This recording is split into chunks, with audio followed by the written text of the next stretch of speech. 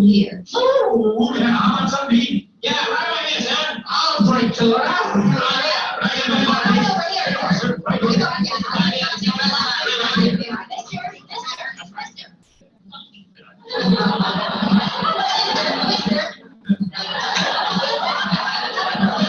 Yeah, but we're trying to get him over here, not drive him away.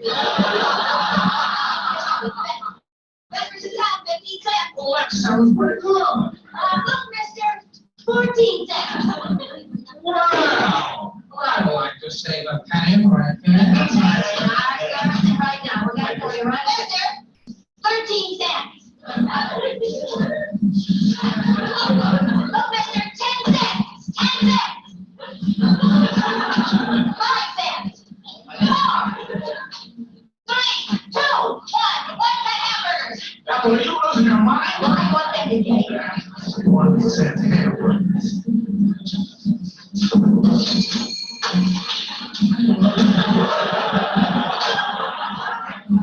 I like 100 hamburgers.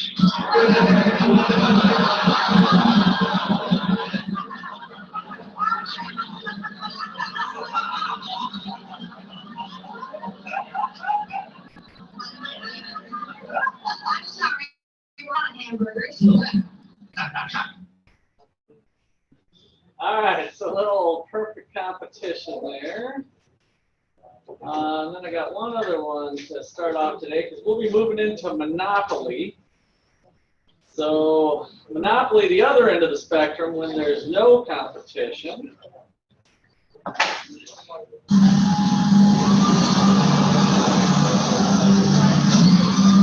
Welcome aboard. It's 2007, and we are more committed to your safety than ever. And that's why we'd like you to pay careful attention to this important safety information. First, please make sure that your seatbelt is securely fastened. Seatbelts can be purchased for $5. To fasten, insert the metal fitting into the buckle and tighten the buckle by pulling the loose end away from it. To release, purchase a release flap for $10. Now I know what you're thinking. We've never paid for seatbelts before. Once we've reached our cruising altitude, your flight attendant may or may not go down the aisle with snacks. If she chooses to, each passenger will be given a single peanut. Lavatories are located at the front and the rear of the airport. Please take a moment to look at your safety pamphlet. The charge for looking at this pamphlet is $3. The charge for looking at this pamphlet and putting it back quickly is $4. Should there be a rapid change in cabin pressure, oxygen masks will automatically drop from the compartment above your seat, free of charge. Place the mask over your nose and mouth. And to start the flow of oxygen, pay your flight attendant $75.60. As always, now I know that some of you are still concerned about getting there safely. Enjoy your flight.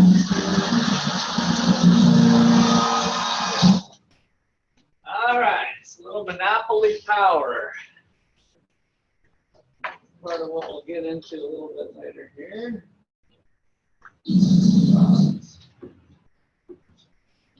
All right, so does anybody have any questions? I will have your test back to you if all goes well on Monday, and I'll also provide you with your midterm grade, even though we're not quite to midterm course for the 16-week program. We've got 4 weeks under our belt plus that midterm, so I'll share with you the grades in the class. You'll be able to see bar relative to your classmates and that sort of thing. So, any questions there? All right. I wanted to look at your textbook to just show you some of the information that's on here for this current chapter, because there is definitely some graphs that are sometimes difficult to draw as good as my marker skills are. You may have some scribbles in there. So in the perfect competition chapter, they go through really the same type of graphs, figure 12.3, that I went through the shutdown decision. So here we've got marginal cost, average total cost, average variable cost. Hopefully it looks just like what you have in your notes. But all of that's consistent with what we got in the text.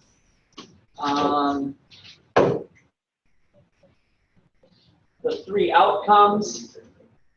This was our long-run equilibrium, economic profit, economic loss, right, or negative profit, and how those pictures would look. Hi, Hunty. And let's see, the entry-exit one gets kind of crazy. All of these, they've got nice pictures, and I believe if you go to the active figures, when you're in the digital textbook, you can press play and it's going to actively be shifting curves and moving them around. So I just want to point out that tool. This one has a technological advance with kind of that decreasing cost industry where the average total cost curve's shifting down. And this is one of the longer chapters. This one gets into the efficiency in the market and whatnot. Because we are done with chapter 12, where I got through that. That's your upcoming test for this Sunday, your upcoming material. Where I left off with last time was it for perfect competition. Okay, any questions? All right. Oops. See if I got any more videos before I close it. Yeah, other fun ones too. We'll bring a few more of those in later. Okay, so today we start Monopoly.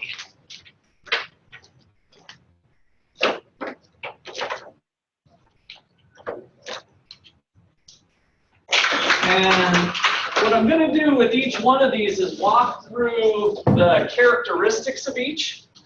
So what were the characteristics of perfect competition? Yeah, products are, how close of substitutes?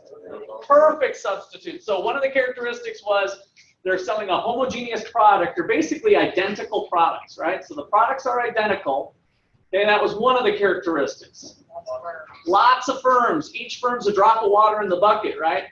So they're so small that their output of their company, the amount of products that they make, is basically insignificant to the market output. And that's what really teed up this graph of the market over here and the firm, the representative firm being over here, is that the market is the collection of thousands, maybe millions of buyers and sellers.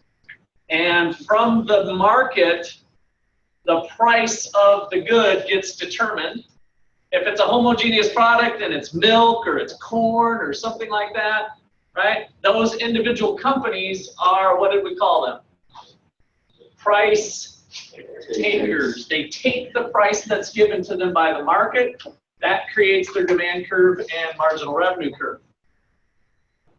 They're still subject to the law of diminishing marginal product. How does a firm maximize profit? How does a firm maximize profit? I like the buy part. Both these guys got the buy part. How does a firm maximize profit? All right, Kylo, nice and loud, nice and loud. By producing the quantity where the revenue generated by the last unit produced is just equal to the cost of that last unit. Excellent. How does a firm maximize profits? Oh, not listening, huh? Kylo, how does a firm maximize profits? By producing the quantity where the revenue generated by the last unit produced is just equal to the cost of that last unit. Pearson, how does a firm maximize profit? By producing the quantity where the revenue generated by the last unit produced is just equal to the cost of that last unit. All right, okay, we were faltering there at the end. Kylie, how does a firm maximize profit? By producing the quantity where the revenue generated by the last unit produced is just equal to the cost of the last unit. All right, good. So that happens right here. The firm is going to produce the quantity where the revenue generated by the last unit produced is just equal to the cost of the last unit produced. So where those two lines cross gives you the profit maximizing quantity. We also learned it was the loss minimizing quantity. So the firm's going to be doing as best as they can if they produce that quantity. Then we added on one layer of detail, provided that what is true? Prices greater than or equal to average variable cost. So if we're going to keep the bar open on Tuesday night, then hopefully we're going to sell enough drinks to cover the bartender's hourly pay plus the material cost of the drinks. And we can calculate what that costs are of those variable things. Because if I've got a bar and there's a bunch of booze on my inventory and the rent is already covered, or maybe it's not covered, it's just kind of irrelevant as to whether I stay open an hour longer. How much is that bartender going to cost me in an hour? What's the material cost of staying open? We ignore all the other costs are irrelevant for that decision of whether we should keep the bar open an extra hour on a Tuesday night. We don't care about the cost of the carpeting and the pinball machine and maybe some of the lights and all the infrastructure, the $1 million that we spent on the place. We don't care about any of that. I went to Dickey's Barbecue. Has anybody heard of Dickey's Barbecue? It's up in Lawrence. Pretty good. I had a Groupon for $16 that was expiring tomorrow. And my son had a soccer game up in Eudora. So I decided I needed to head over to Dickey's to get my food. So it was 8:15 and they were open till 9. And I went there and there's a single person. I didn't see a cook in the back. There might have been, but I had a feeling, you could have shot a cannon through the place and you wouldn't hit anybody because nobody was there. The lights were on. She was standing there. I actually called ahead to get a to-go order so that we could just be in and out so we could get home. But that's all they had. So that's the decision that Dickey's is going through. Should we be open till 9, or maybe on Monday through Thursday we should close at 8 or 8:30, right? So are those variable costs being covered? It might be okay on a given night because of thinking about the long term. I might not want to have Dickey's be open with variable hours and allow the manager to call the shots of whether we're open till 8, 9, 10, or 11, depending on the business. Why might not that be a smart idea for Dickey's to have kind of a variable closing time in that particular line of business? What's that? Yeah, people get kind of like I would have been kind of ticked off if I would have known if their website said they're open till 9 and I called up at 8:15 and they were closed because there was no business, right? So from a long-term perspective, we're maximizing. We're not just being so short-sighted that, oh, nobody's in here, that McCullough guy said that we should close down tonight if we're not going to sell another one. Because we're thinking about longer-term revenues, right? So depending on the context of the market you're looking at, and that's why these critical thinking skills that you guys are going to bring to your first job are so important, because you need to have the toolbox. We're teaching you the toolbox of how to apply that to your particular situation, and they might be unique. In the bar situation, the customers are they know that that's what a lot of bars do. That you might go there on a Tuesday night at midnight, and it might be open or it might not, depending on how much business there is. That's the way some bars operate.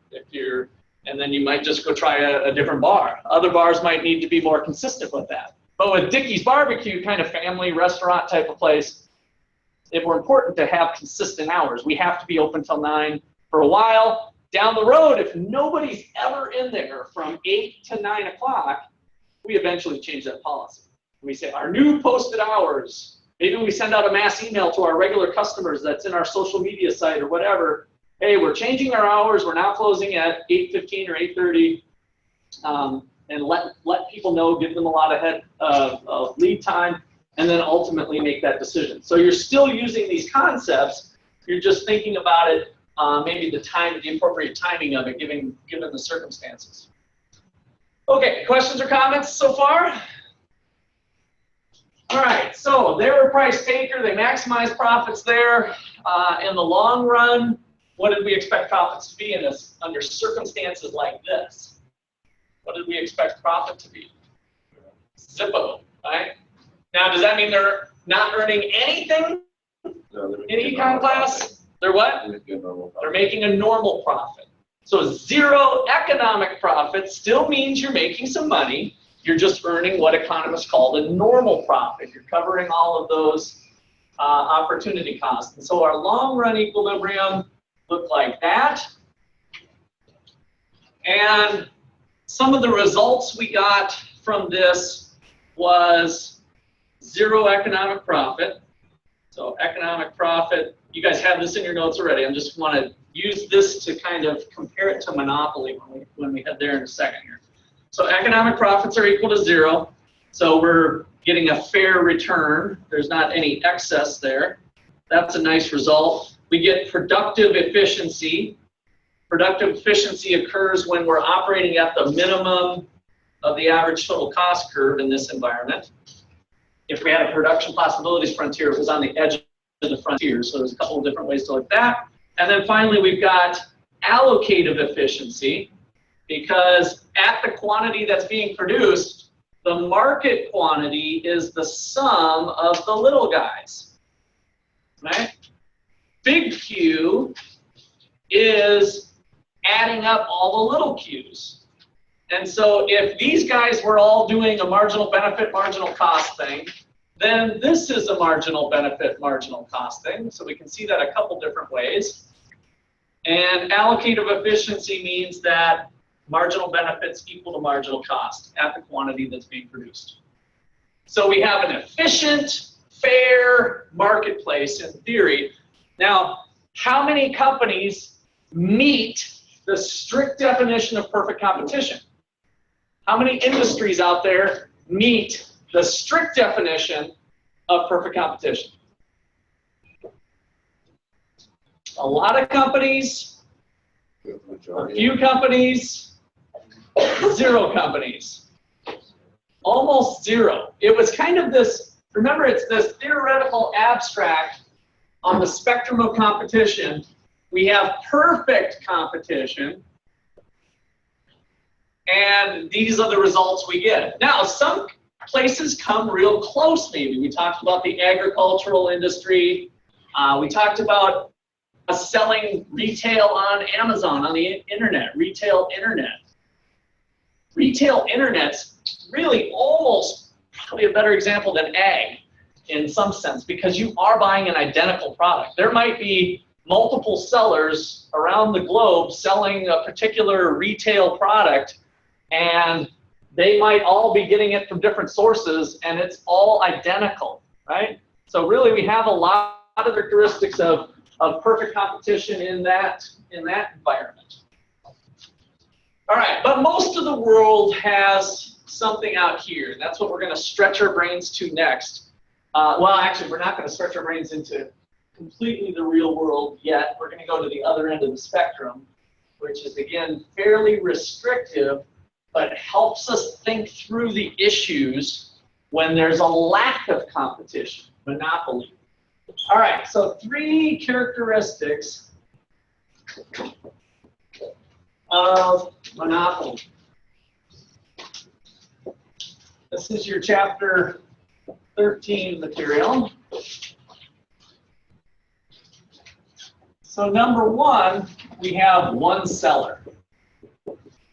If you look up in Webster's dictionary, that's I think probably your Webster's definition of a monopoly is a single seller in the market. So why is there single sellers? What are some examples? Examples, question mark. Single sellers in markets. Go for it. Yeah.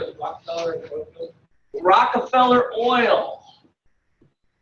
Rockefeller Oil. I don't think Rockefeller. I don't think I'm spelling that right, but oil. So big oil back in the day, back in the good old days. Okay, what else? Standard Oil is what Rockefeller Oil was Standard Oil, I think. What else? Other monopolies that come to mind, where there just seems to be a single seller. Yeah. Carnegie Steel. Carnegie Steel. So back on, you guys are on some of these old documentaries that you saw apparently, right? So Steel, Carnegie. Okay. What else? What about some modern day ones? Yeah. I don't know if there's more than one company that would be insulin deal. Insulin. Okay. I'm not sure either on that one. Maybe because it's such a, Oh, you're talking about the? Are you talking about the EpiPen that we talked about earlier? Or? yeah. That one with the allergic reaction? Yeah. So let's put that one down here. EpiPen. Yeah, that was a single seller of that particular product. Good. Other ones, yeah. Like the energy companies. Energy companies, like, you got an example? Well, where I'm from, we have Xcel Energy, like that's like the only energy company Okay. in the city. So Xcel Energy. Where are you from? Denver. Denver. Okay. Xcel Energy. So utilities Yeah. in general. Okay. So maybe where you guys are from, you have a different company for utilities that's the dominant there. Okay. What else? Industries where there seems to be really only one seller for the most part. Garbage service. Garbage, yeah, garbage sometimes. Waste management is got some interesting tales in their history, potentially linked back to the mob, kind of modern day mobsters with waste management. I think they've mostly cleaned up their act now, but there was some interesting history there. Okay, what else? Natural gas, yeah. Natural gas. Here in Kansas, we have Kansas Gas. Okay, good. What else? Dominant industries where there's really just one firm that dominates. How about some technology? Apple? In what capacity? Apple's definitely a dominant player. Okay, yeah, it's kind of pushing it with monopoly, and we're going to get into where there's a few firms. In fact, this line is kind of blurry, and that's part of why I want you guys to give me some examples of dominant companies. So Apple's, and I just wanted you to kind of tie that down a little bit more. What else we got? Yeah, Intel. So for some chips. So I'm going to go ahead and put your Apple down here too. Intel, Apple. What are some other high-tech companies that seem to be dominant? Microsoft. Microsoft, what is really dominant?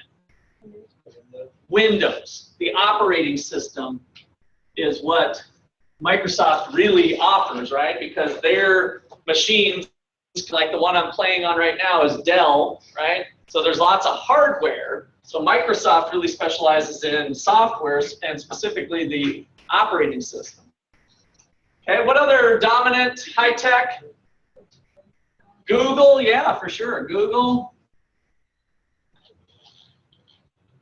What else? Dominant firms. I'm not necessarily pinning this down to if it's exactly monopoly or not. Yeah. Walmart. Amazon. YouTube. Nobody's mentioned Zuckerberg yet. Facebook. All right, so I want to put these up here. As some of you, I think your gut feeling and what you were thinking, some of these aren't the only seller of the product. However, they are the only seller of their product. If we kind of think back to perfect competition, all goods were identical, right? And so nobody else provides Microsoft Windows. Nobody else has a search engine that's identical to Google's, right? But there might start to be some substitutes. So that's what we always want to think about is what sort of substitutes are available? Same thing with Facebook, all of these products here. Now, I'll probably start to cross Walmart off the list. Why? Yeah, they're specific good. I mean, the way they provide it is still unique, so they're going to fall into probably a different category. But as far as retail goods, Amazon and Walmart compete with each other, right? They're actually pretty heavy competitors with each other. So Amazon could arguably be knocked off the list potentially, but they are so dominant. So in the way they provide the product, again, they could arguably be called a monopoly for their particular product. So in terms of a single seller, probably the best examples here might be Kansas Gas. If you want natural gas service at your home in Ottawa, one-stop shop, the only shop. You can't get it any other way. There's no other way to get natural gas in the city of Kansas. It's the city of Ottawa in Kansas, other than going to Kansas Gas. So that one's kind of a true single provider of a good that is possible to be provided by other people, right? So gas, in a way, natural gas, similar to milk, right? Or corn, or there's other providers out there. It's not that they have a special, unique patent on natural gas or something, right? So the circumstances are a little different with the natural gas. The EpiPen, again, for that particular thing, how do they have their power?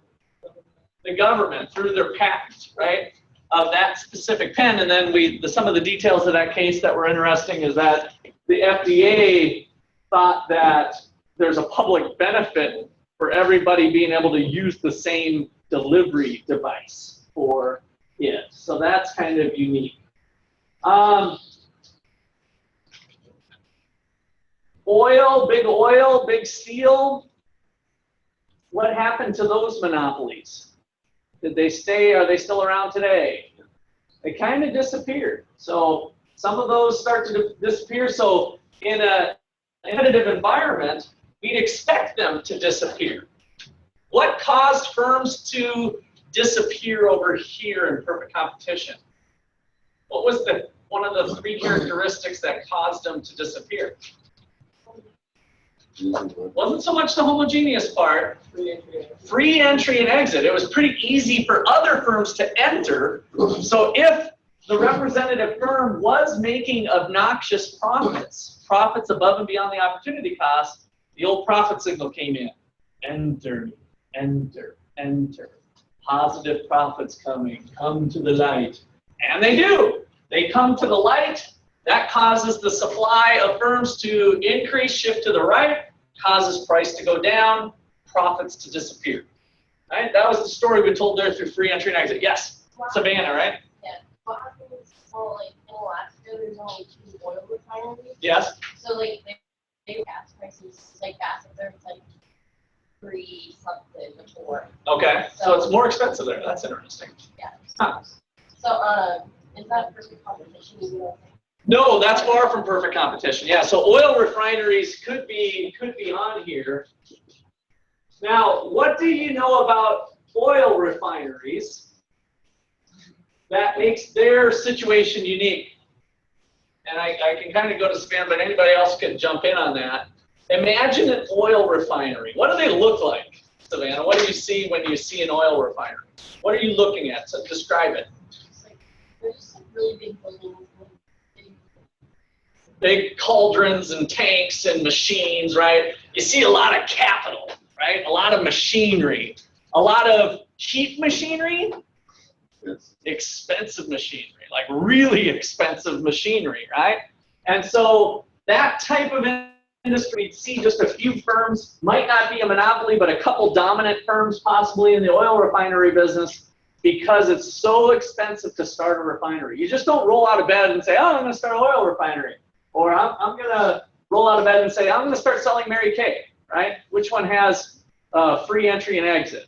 Mary Kay is probably a lot easier to get into than the oil refinery business, right? So the startup cost associated with starting that business can act as a barrier to entry.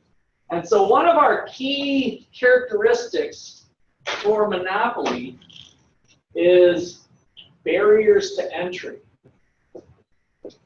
Barriers to entry. There's a single company there for some reason. What is that reason? Some of the things we've just been talking about. So high cost of entry can be one of those barriers. There might be a very high cost of entry.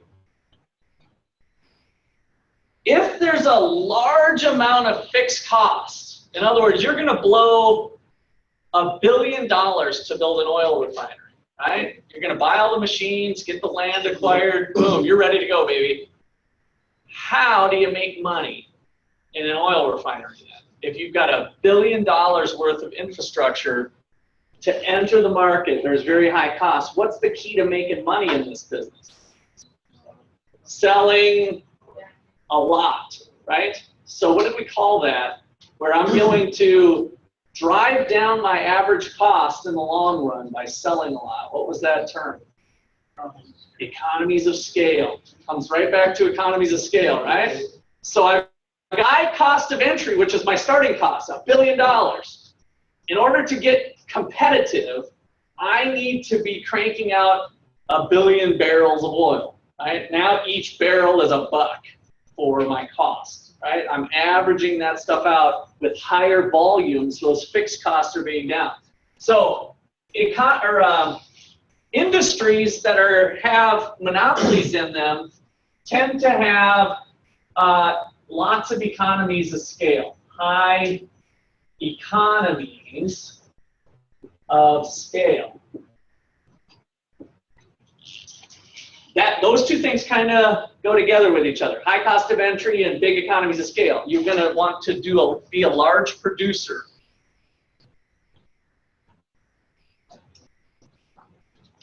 So high cost of entry is one thing. Number two, government. Government protection. I put this in with number one.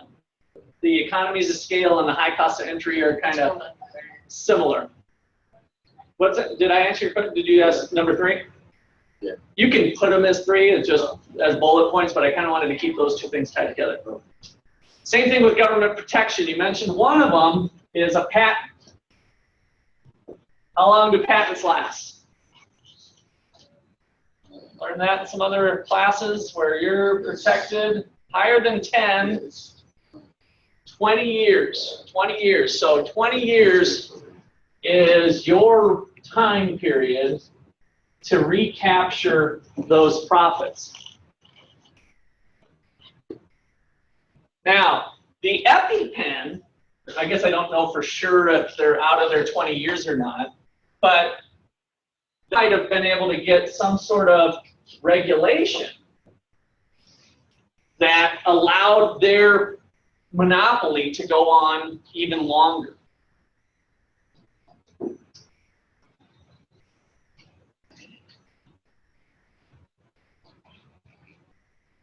And this is one of the big tensions in economics between the public good, so to speak, and government guiding the public good, is that there might be policies in place that got developed not for the best intentions of the public. So maybe EpiPen's CEO made a large contribution to the Obama campaign. How would that make you feel? Well, that's just part of capitalism, Russ. You just have to, lobby and get your senators on board to pass laws in your favor. I say, no, that's not capitalism one bit. That's anti-capitalism. That's closer to communism, if anything, right? So that's not the environment we're trying to protect. We have lots of nice results that come about for society when we keep competition alive. If there is government rules and laws that are restricting competition, we should make really darn careful, put extra scrutiny that it isn't potentially public servants, government employees serving their own interests, or existing businesses serving their own interests. And unfortunately, those two have opportunities in a variety of ways to collude with each other.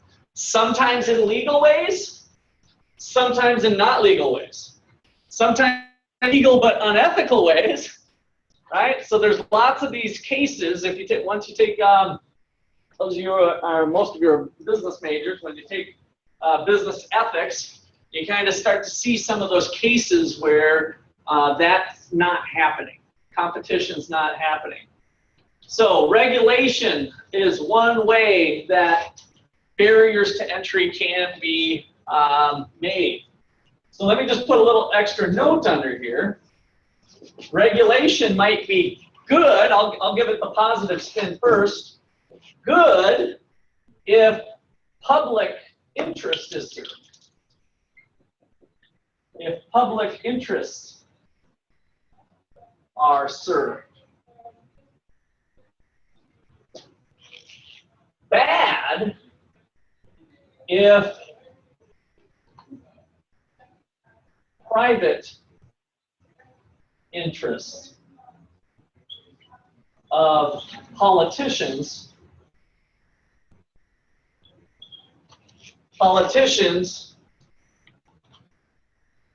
and existing business are served.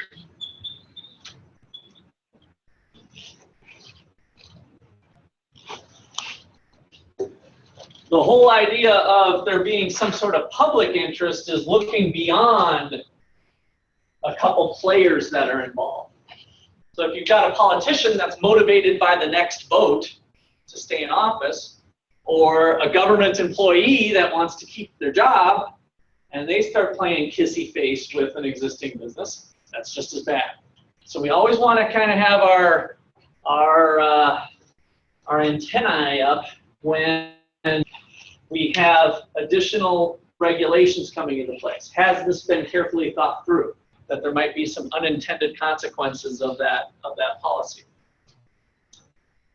Okay, so these are the two places that are mainly put for barriers to entry. Can anybody think of any other ones?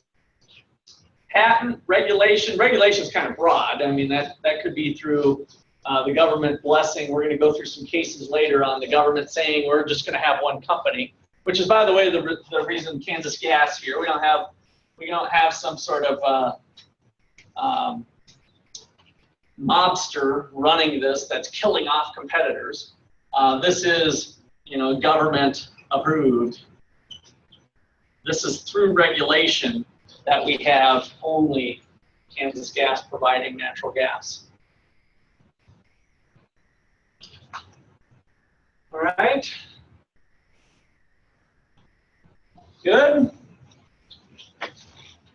All right, so we got one more. We had perfect competition, lots of sellers, free entry and exit, homogeneous good with monopoly. By definition, we have a homogeneous good. So add that to the list as the third characteristic. Homogeneous good. Single seller of a good means it's the only show in town. So kind of by definition, we have a homogeneous good. This is a single product monopoly. A single product monopoly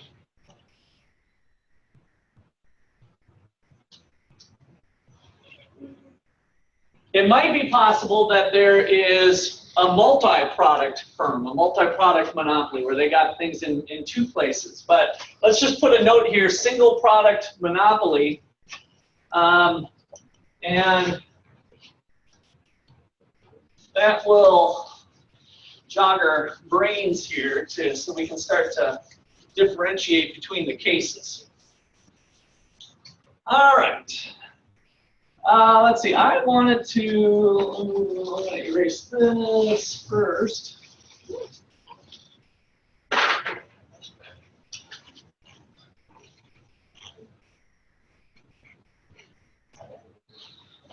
I'm going to show you one of the figures from your textbook that has some information.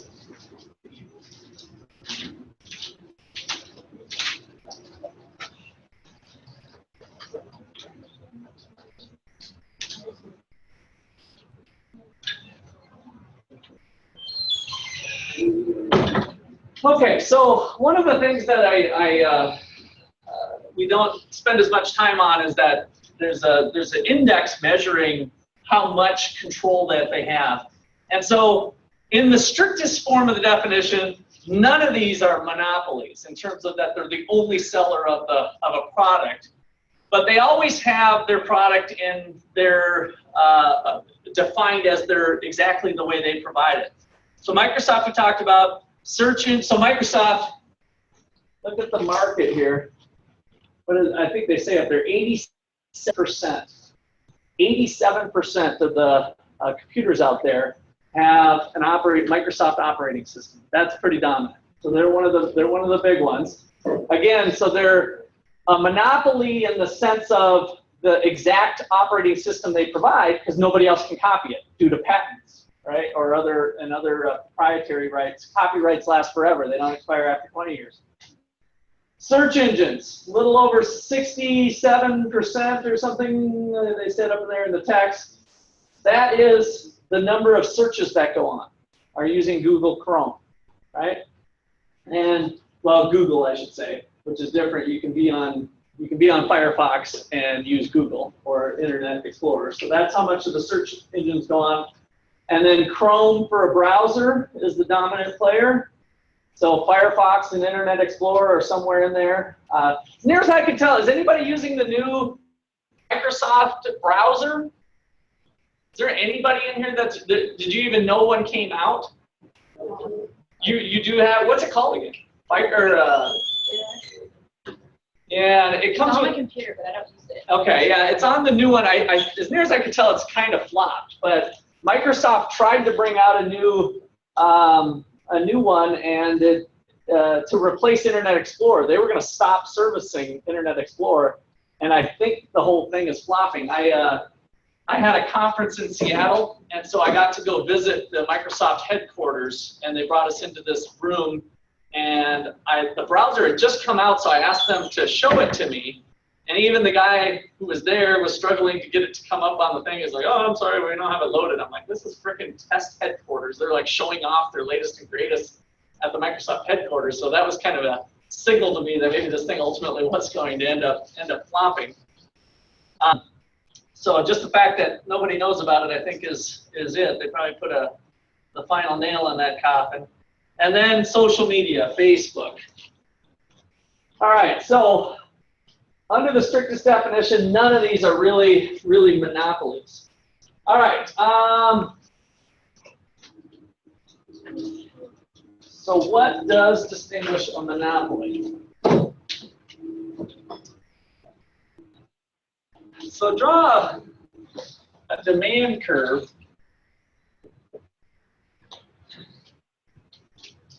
Draw a demand curve. And let me just leave it at that for now. I don't want to confuse too much. So our normal story was that this was the market, and the graph that we just don't draw this part. I'm doing this, the representative firm, to kind of conceptualize. The one we just did for perfect competition, we had the market, we got the representative firm, but now the company is the market, right? Because they're the only seller. So we're going to stay on the left-hand side. All of the pictures and graphs that we'll look at is dealing with the market demand curve because they're the only show in town. So big Q is the quantity for the monopoly. All right, so let's just do a couple things here. So let's go at 1. This is at 10. 2. This is at 9. I'm just kind of make it a little bit obnoxious here. It's not going to be drawn to scale. That's okay for yours not to be drawn to scale. 8, and then do one more. So down to 7. So the law of demand says that if this monopoly wants to sell more product, they have to lower their price. Right? Law of demand, ceteris paribus, they're going to have to lower their price to sell more product. So that's our demand curve. What is the marginal revenue of the first unit produced? What's the revenue generated by the first unit? $10, right? So if I produce 10 units, I get 10 bucks, and so the marginal revenue of the first unit is $10. What marginal revenue of the second unit? 9. Second unit, 9. Turns out not to be right. What is the revenue generated by the second unit?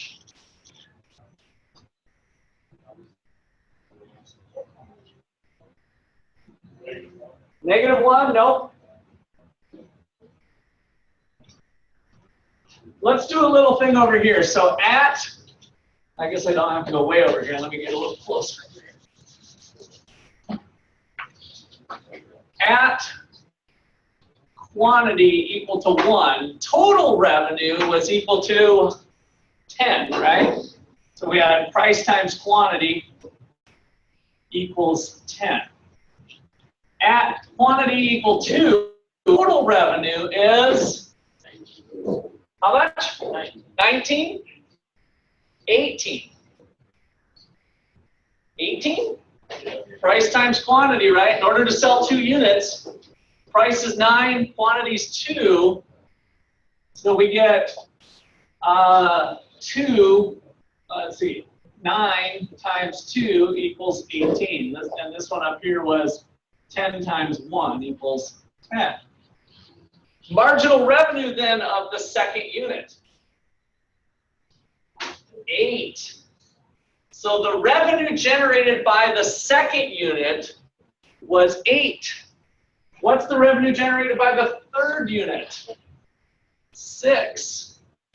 Right? So if I want to sell 3 units at a quantity of 3, total revenue is equal to 8 times 3 is 24.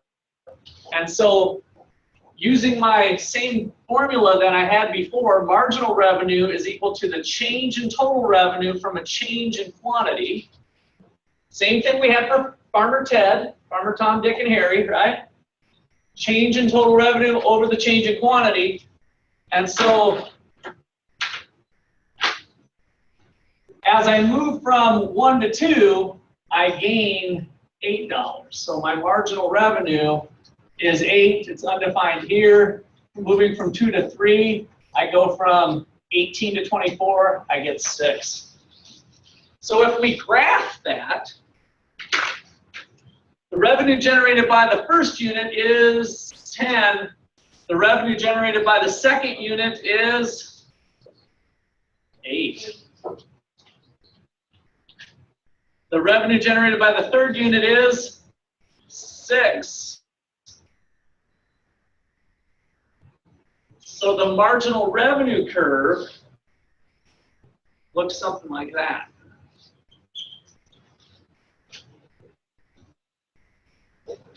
In perfect competition, the marginal revenue curve and the demand curve were the same thing, right? When demand was perfectly elastic, for farmer Tom, Dick, and Harry, we got demand and marginal revenue being equal to each other. But in this case, we don't. All right, so that's the key point here with monopoly for starters. And then I'm going to put a new word for you here. In a single price monopoly,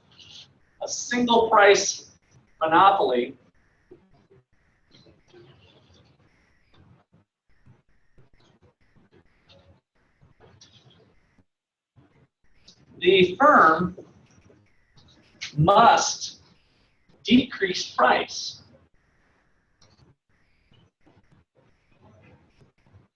Must decrease price to sell more units, to sell more quantity.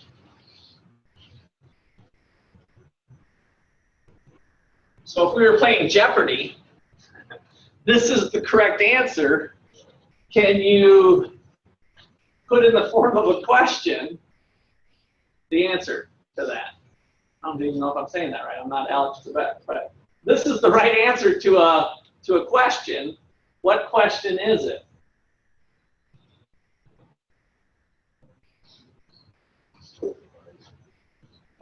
A little louder? I didn't see who's speaking.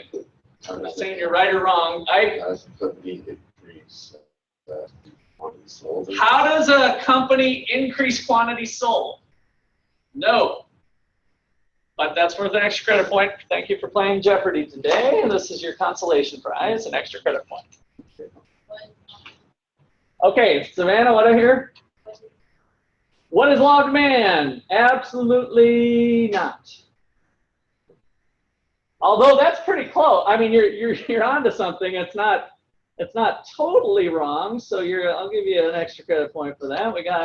We're nibbling away. So, but here we're kind of ignoring the single price monopoly, focusing on marginal revenue and demand. Why is marginal revenue not equal to demand? Might be one way you could phrase it. There's other ways, by the way. I was looking for what you guys come up with. But how about why does this not equal this? The reason? They must drop their price to sell more. Not just for the extra unit, and that's where some of you were thinking is that, and I'm going to come back to you people, by the way, is that, if I price the first unit at $10, then the marginal revenue of the first unit is $10. The marginal revenue of the second unit is $9 if what? Another way of looking at this problem. So in other words, I'm agreeing with some of you who thought, hey, maybe the marginal revenue of the second unit is $9. If what? So vary the cost. If you can not vary the cost, but vary the price, not the quantity sold. The quantity sold is what we're varying. But if I can charge a different price for different units, if the first unit can be sold at 10, the second can be sold at 9, the third unit can be sold at 8.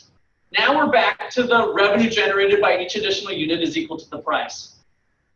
All right, so our Jeopardy question here, I'll tighten it down even a notch further here. Why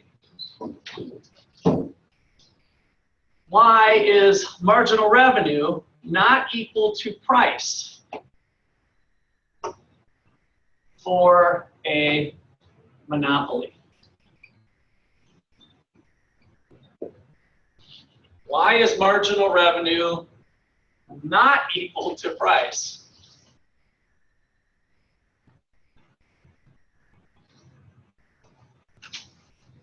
So again, if I want to sell 3 units, check this out.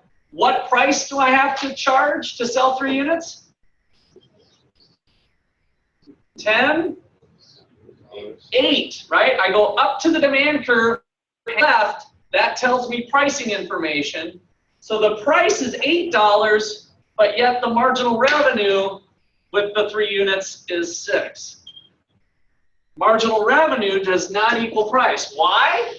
Because in order to sell more units, I have to drop my price. Not only for the extra unit, but for all of the previous units too. There's just a single price. So in a single price monopoly, only one price can be charged. All right. Questions?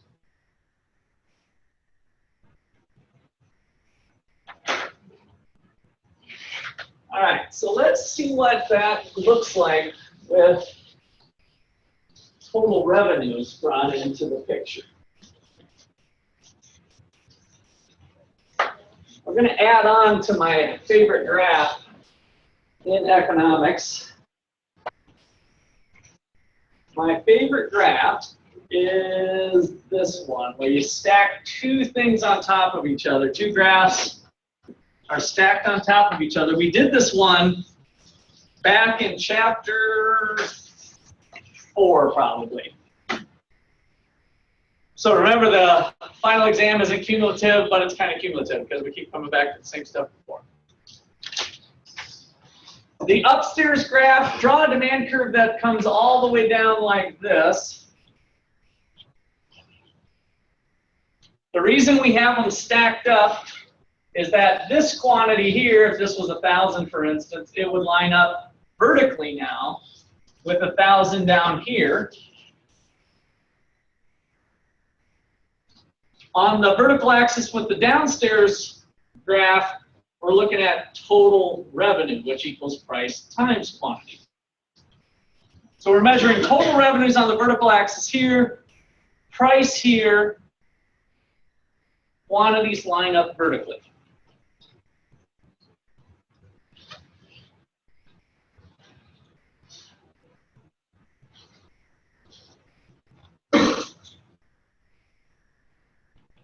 What was going on at the midpoint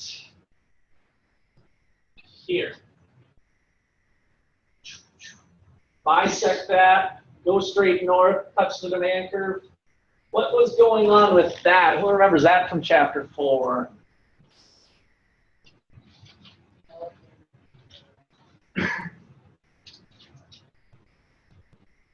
Something special was going on with this point right here. If you took the midway point, came up. Nope, it's not normal good. It's in your notes though. If you flip, go way back deep. What is it? Unit elastic. The elasticity of demand, the number in absolute value was equal to 1, right?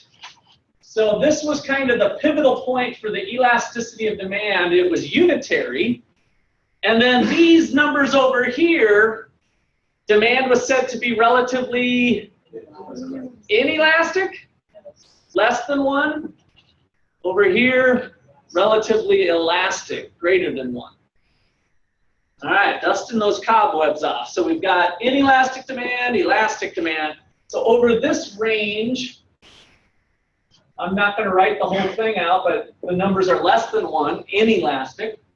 And over this range, the elasticity of demand was greater than 1, relatively elastic. Those numbers changed. That was one of our first lessons that we went through on when we introduced chapter 4 on elasticity. So furthermore, total revenue mountain was connected to this graph. What was going on somewhere down here? At the unitary elastic point, what was going on down here on revenue mountain? It was at the tippy top. It was maximized. So you can kind of draw a mountain here, a hilltop, if you will, go up and have the very top part touch there, and then you'd come all the way down to there. And that is your total revenue function. My big pile of money. Remember, it's cash register money, not profit. Profit's equal to what? The equation goggles, go. Total revenue minus total cost, right? So total revenue minus total cost. This is total revenue. So this is only cash register money here. This isn't profit. All right. Now, here's how today's story adds on to this.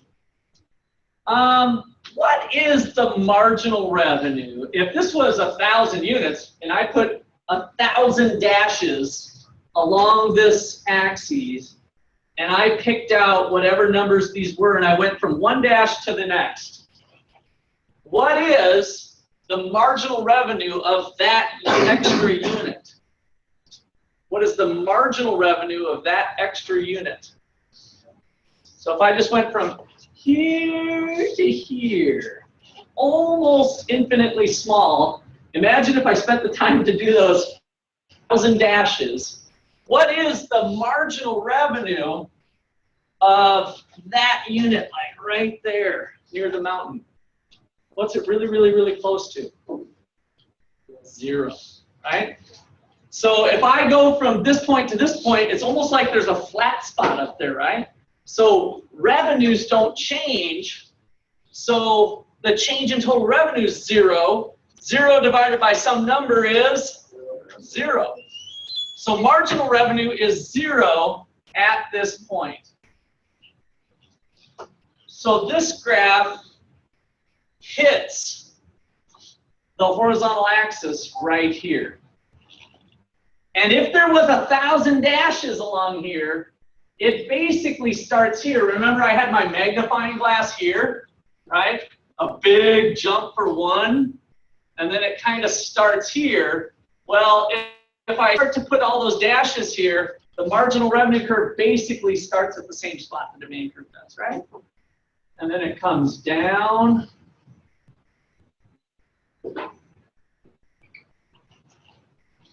Why am I dropping below the horizontal axis? That's weird. I don't think we've done that to this point because it goes negative. Revenue mountain is falling. So if you continue to produce units over here, you're losing revenue. In other words, at this unit here, let's say this is unit number 700. If my cash register receipts were 10,200, at this level, at 740 units, those additional 4 units caused my revenues to fall.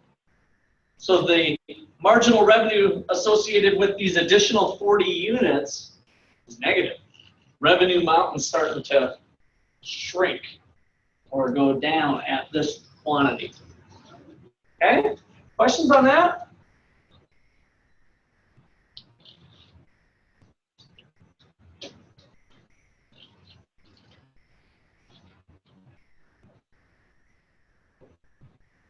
All right, so now we've got new questions that might be brought up in your homework and test. Remember, this isn't the test for Sunday. This is starting the next week's material. This is the next module.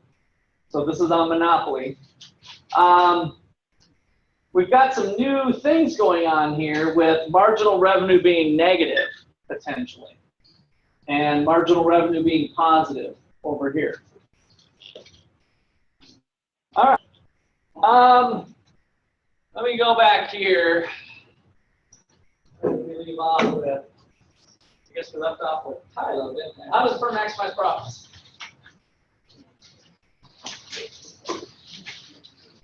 How does a firm maximize profits? How does a firm maximize profits?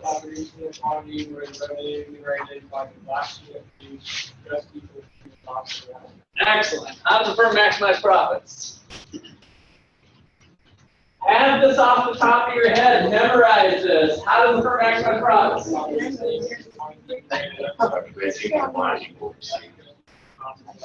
Excellent. How does a firm maximize profits? Now, instead of flipping, you can just listen right now. How does a firm maximize profits? By producing a quantity where the revenue generated by the last source that unit produces just equal to the cost. Excellent. How does a firm maximize profits? Excellent. How does a firm maximize profits?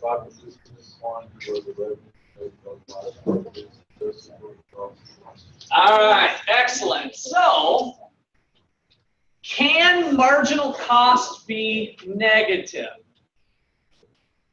Now I'm throwing a kind of a curveball at you here. You've got the profit maximization business going.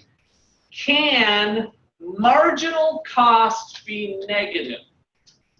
Let's look at the formula for a second. It's kind of similar to this. Marginal cost, though, is the change in total cost divided by a change in quantity.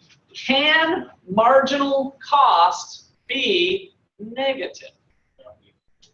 No. Why? Makes sense. It almost doesn't make sense, does it? How can, if you are getting negative cost, it means you're getting paid to make it. Not through a sale, but somehow your costs are going down.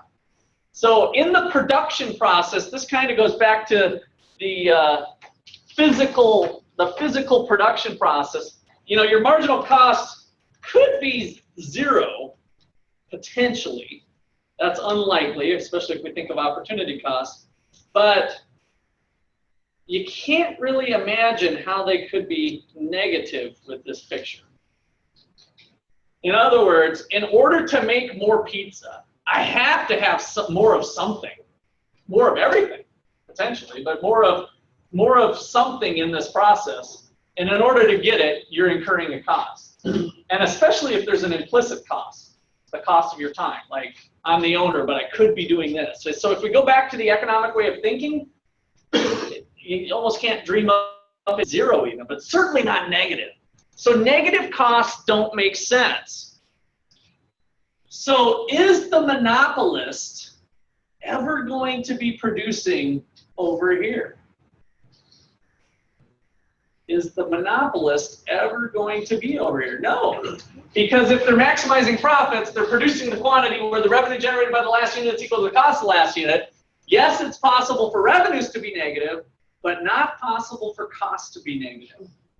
All right. So I don't want to screw up this graph, so I'm going to leave that one up and start to look at our base model for monopoly. So this is the basic monopoly model.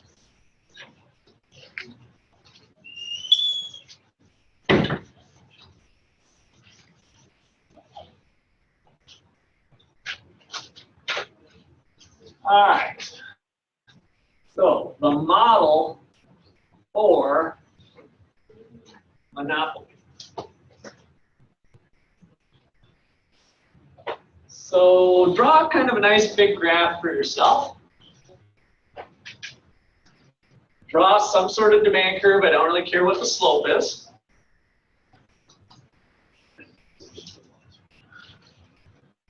But I gave you a new trick now to drawing the marginal revenue curve. So with the marginal revenue curve, we know that it intersects at this unitary elastic point. So when you guys draw your graphs, look at where your demand curve, even if you left your demand curve out here, just kind of imagine it being extended out to the horizontal axis. Find the midpoint roughly, make kind of a fat dot, and then start up here and draw it in. I like to dip it below the horizontal axis to kind of remember that point, but a lot of graphs in your book and otherwise may not draw this part of it. And for the reason I just said, because it's kind of irrelevant, other than remembering that it's possible. And by the way, in the face of uncertainty with the product, it's possible that they could be running at negative too. So that gets into a little bit deeper subject, but it's possible. All right, so the monopolists, because of their monopoly power, are they immune? Their power, I'm the only seller. Are they immune to the law of diminishing marginal product? No, nobody's immune to the law of diminishing marginal product. So the law of diminishing marginal product said, as you add more and more of a variable resource, my cooks in my business, whether I'm a monopoly and I'm the only restaurant in town and I'm the only place that provides food, as I add more and more cooks to my fixed grill top, the amount of hamburgers that each additional cook can crank out eventually falls. Law of diminishing marginal product. And so the marginal cost curve is still J-shaped, just like it was for Farmer Tom, Dick, and Harry.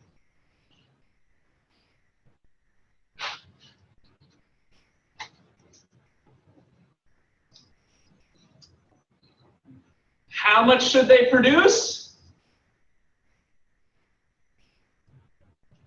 Go. Marginal cost equals marginal. Marginal cost equals marginal revenue, right? So produce the quantity where the revenue generated by the last unit is just equal to the cost of the last unit. So they're going to produce Q star.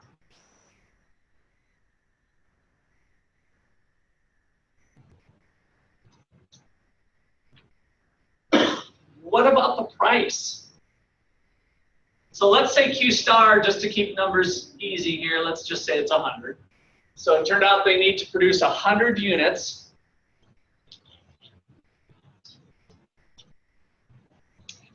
What about price? Pricing these 100 units. How much should they charge? However much they'll pay. Do we know that? Do we know that from the information up here, how much they're willing to pay? Is that information up here? Marginal cost intersects. Marginal cost intersects demand. So charge this price. Yes?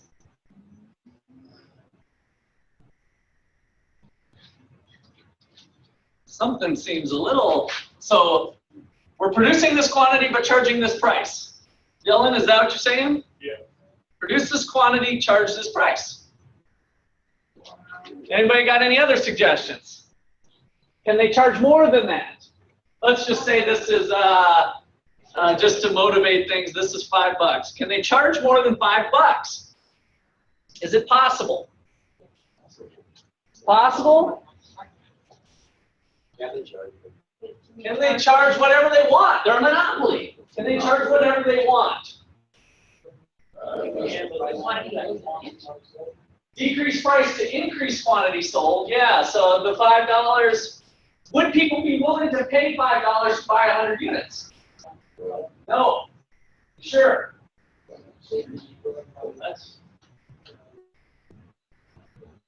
How can 100 units? Seems like an interesting problem. So who wants to come to the board and show me what they think the price is? I already got Dylan's answer up there, so you'll get an extra credit point here.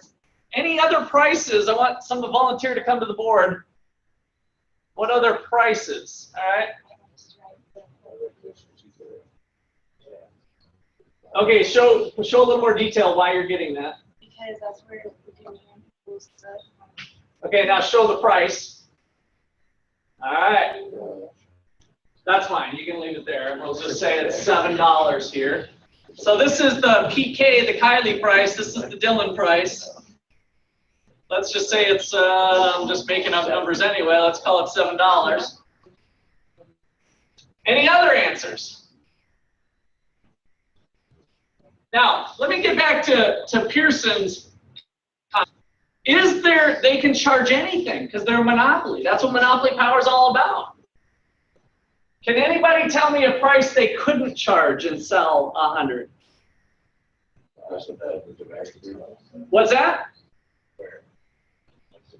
At the very top, yeah, good. So he caught his own error, I think, right? So if the very top here is, let's call it $11, can the monopoly charge 12?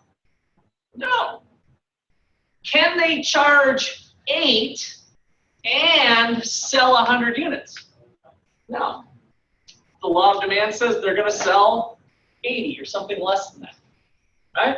So this is the profit maximizing quantity, and they're going to charge the highest price people are willing and able to pay, and we have that information. That is exactly what the demand curve is. The demand curve shows the prices people are willing and able to pay various quantities, right? That's what it was. Chapter 3, we're way back to chapter 3. That's what the demand curve is. It conveys pricing information. So if we charged $8, we'd only sell this amount. If we charge $5, Dylan was right, at a price of $5, we'll sell this amount. But what's wrong with that amount? Dylan, let me see if Dylan can catch his, yeah, marginal revenue, marginal cost. In other words, it'd be profitable for you to reduce, sell less, yeah. Because at Dylan's quantity here at a price of 5, yes, they can sell this amount, but the revenue generated by that extra unit is actually negative. And the cost of that unit is $5. And so you're better off producing less. The profit maximizing quantity, holy grail of business, is occurring right here at a quantity of 100. We're going to charge the highest people are willing and able to pay, $7. All right. How much profit are we making? Let me pause there. Is everybody okay with that? Does everybody get it? Any questions? This is real important that you got all of that down. Profits. How much money is this company making?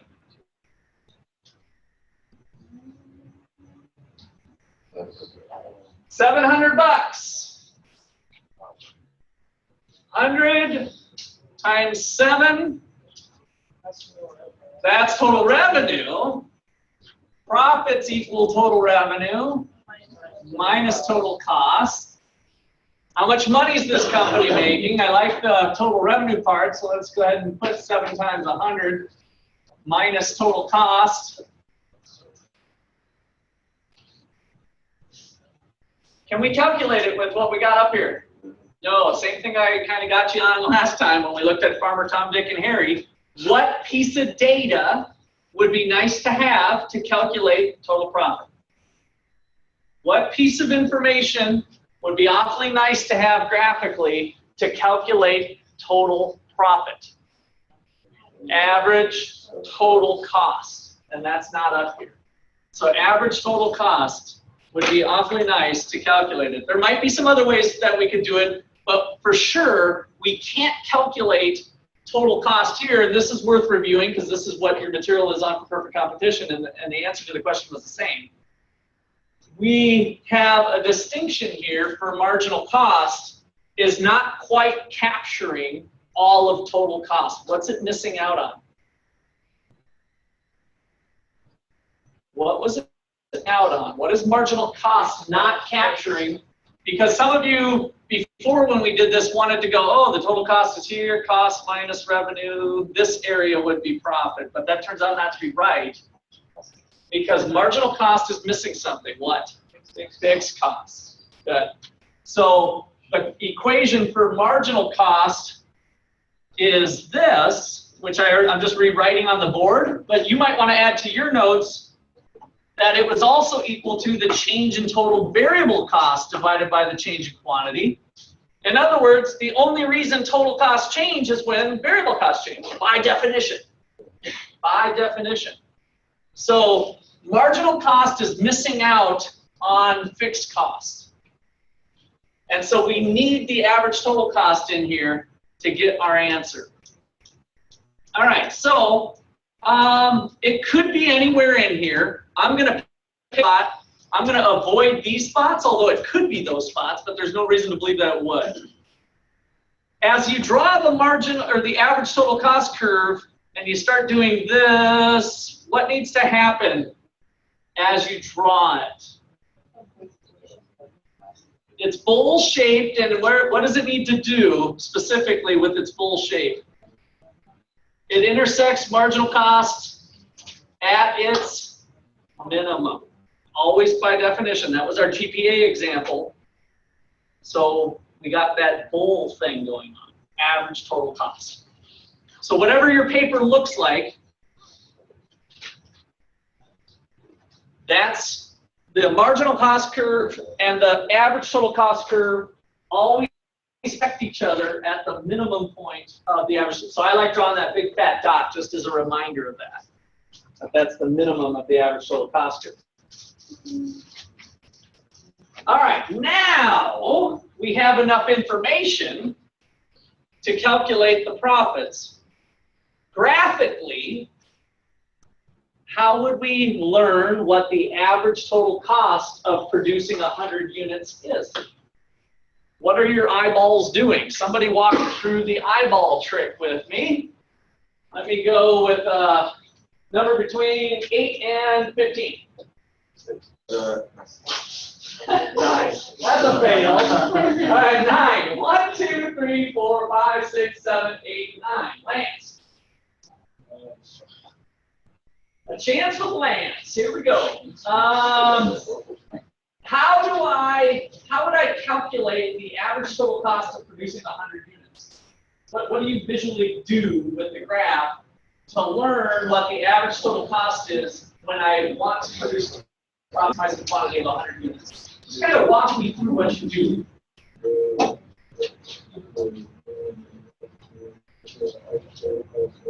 Okay, now I heard you. Let me just make sure I heard you right. Go up to, and I'm going to kind of talk it through. Did you say go up to the minimum point? No, the next thing. Over here? Yeah. Go up to the average total cost? No. Where am I going? Yeah. Well, the average total cost, yeah, it goes over. And then go to the left. Yeah. Ah, that's it, right? So we go up to the average total cost curve, we hang a left, the average total cost is right there. Again, making up some numbers here. What are we at here? Maybe a 3, let's call it, just to keep the numbers even, let's call it a $3. All right? Probably $3.50 would be a little more fair, but now notice we're not at the minimum point is one thing. So the way you drew your graph, it would actually be impossible for you to be at the minimum. So make sure you're not at the minimum. You shouldn't be, but sometimes your graph might be a little flat in that spot. So make sure that you're at an average total cost. Let's call it $3. And so now back to my equation goggles. How do I finish this sucker off? 3 times 100. Good. Total profit of 400. Now, I'm just going to rewrite this for fun with factoring the 100 out. You don't have to, but 7 minus 3, price minus average total cost times quantity. It's another way to think about it. 4 times 100 is 400. So 700 minus 300, or 4 times 100, whatever, you end up at 400 at the end of the day, is the total amount of profit. Training, doing our graphing eyeball tricks here.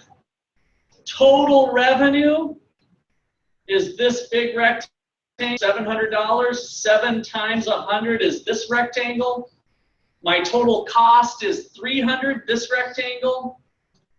Right? So I got $300 here. 700 minus 300 gives me 400 right here. So this rectangle here represents economic profit. And using the numbers that I've got, it's economic profit of 400.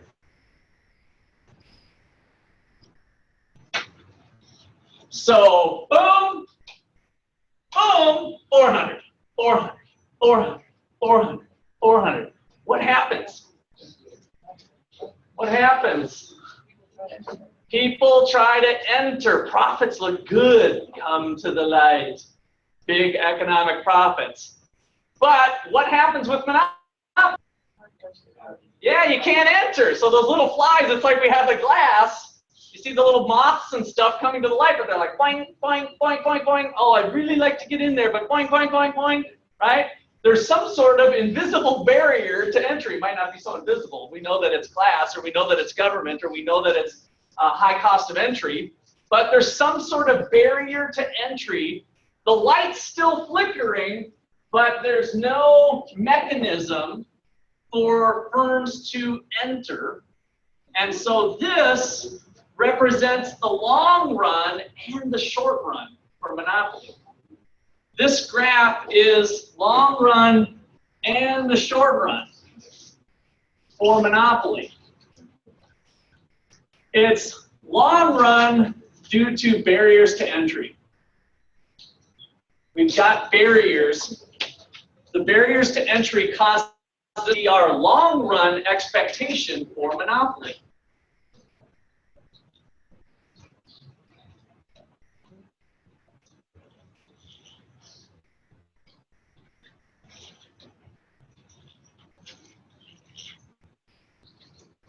All right, Questions so far? All right, so Dylan, I want to bring you back to your thing here. Why did you like that thing so much? Why was it appealing to you? I'm thinking that you liked that point. I want you to trust your gut, because you were onto something. You were onto the wrong answer for the question that was asked. But now I'm going to get you onto the right answer to a different question. What is appealing about that point? And that's where it intersects with demand. So what's the demand curve called? Marginal benefit. So what's going on at the Dillon quantity? What's going on at the Dillon quantity? Yeah, but there's something more, a little more detail here with kind of the topic we talked about earlier with perfect competition. What kind of efficiency? Allocative. So in a monopoly situation, the allocatively efficient quantity is living right here. That's the allocatively efficient quantity. However, the market or the monopoly is only producing 100. And so we say that the monopolist is underproducing relative to the efficient quantity. They're holding back. They're holding back production because it's the profitable thing to do, right? They're able to use their power and hold back quantity to jack up price, if you will, in a sense. But it all kind of works together here. The thing that allows them to do that is these barriers to entry. So when we have a difference between the quantity in the market and the quantity that's allocatively efficient, we've got a problem. Chapter 3 problem. What type of loss is being created? A dead wage loss. So this area, this triangular region again, is the dead weight loss from a monopoly. Dead weight loss from a monopoly existing in this market. Now, bear in mind that the dead weight loss could be because the government's in the market granting them a monopoly, potentially, right? So we say that it's due to a monopoly, but it might be really due to the government granting the monopoly, potentially. So, but regardless, in this monopoly case, we get this result, and because we get that result, we have a dead weight loss, which is similar to our little tax wedge that we did from the test on Wednesday, right?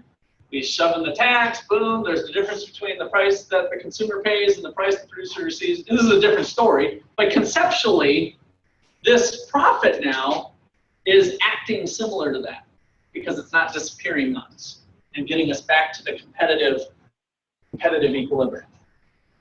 How are we doing on productive efficiency? How are we doing on productive efficiency? Is the monopolist productively efficient?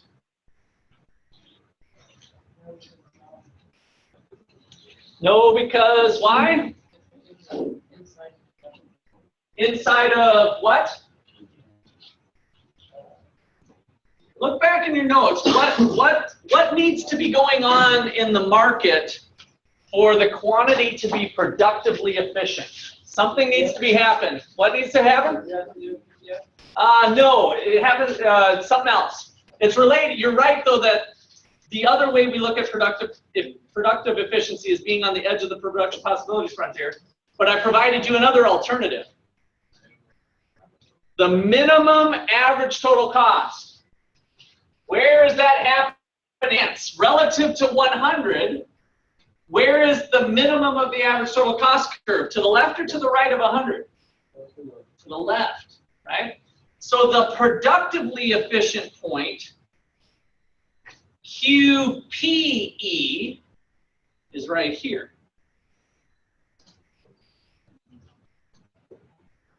So with the monopoly, we don't get productive efficiency, we don't get allocative efficiency, and we get economic profit. Almost the opposite results we got from our perfectly competitive market.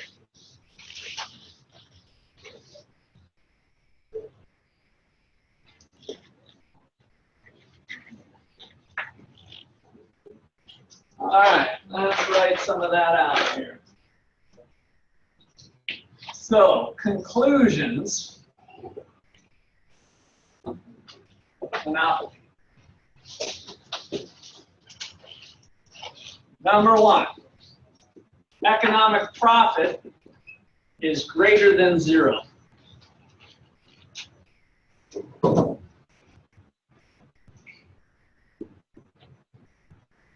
Barriers to entry cause that result. Barriers to entry in long run and short run. Well, it's really long run. The whole idea of entry is the long run concept because we have to start with a fresh batch of all resources. So we get this result in the long run. Number two, the quantity that the monopolist produces, the quantity, or the monopolist quantity, this M can kind of go either way.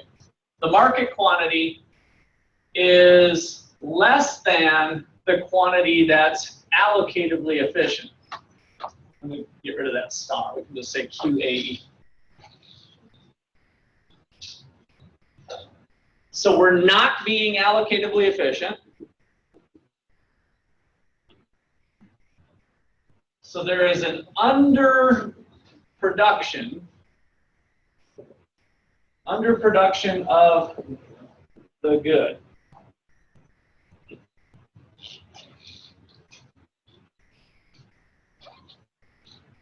Relative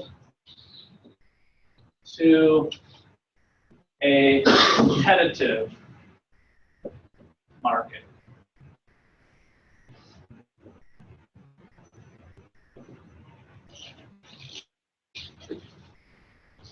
Not the opposite of what you have with the What's that? on the graph. Quantity less than. The quantity of 100 is less than the quantity here. Yep. I was reading out. That's okay. Sometimes it takes a lot. So if this was 160 units, that would be the allocatively efficient quantity, but we're getting less. If you want to put in parentheses here, marginal benefit is less than or greater than marginal cost at QM. Marginal benefit is greater than or less than marginal cost? Greater than, right? So start to go up to the marginal benefit curve, which is our demand curve, up to the marginal benefit, up to the marginal cost. Marginal benefit is greater than marginal cost.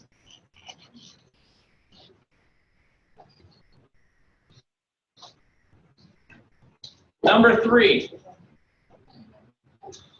the market quantity, the quantity in the market does not equal the productively efficient quantity. Now let me explain this one. Put don't equal, does not equal.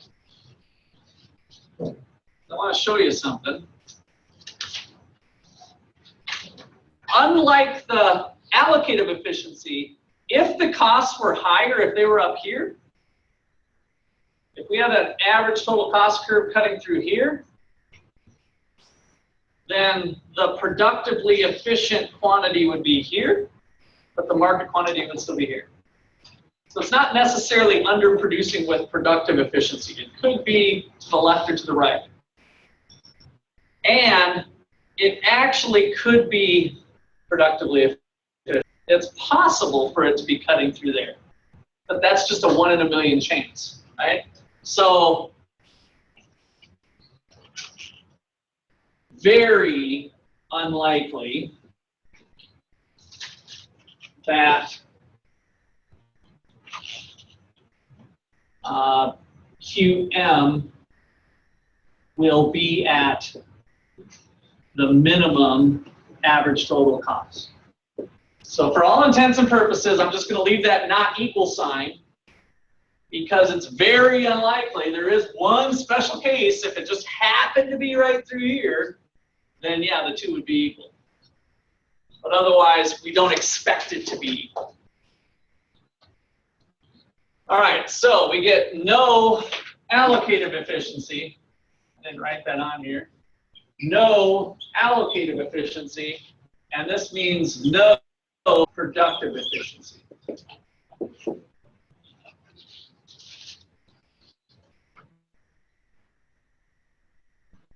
And that gives us our deadweight loss.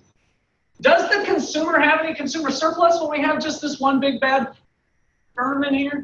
This one evil monopolistic company? Are there consumers without any consumer surplus?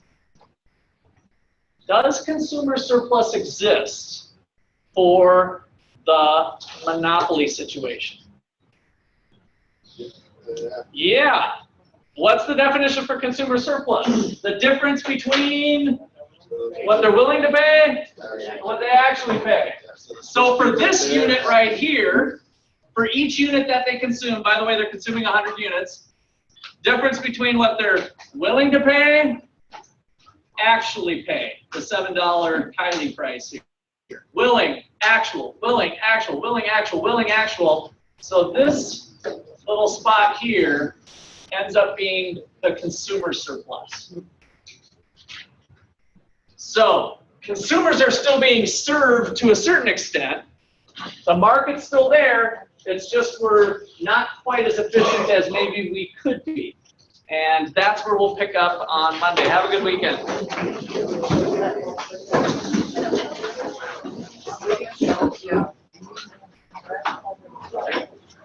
See you later, Andy.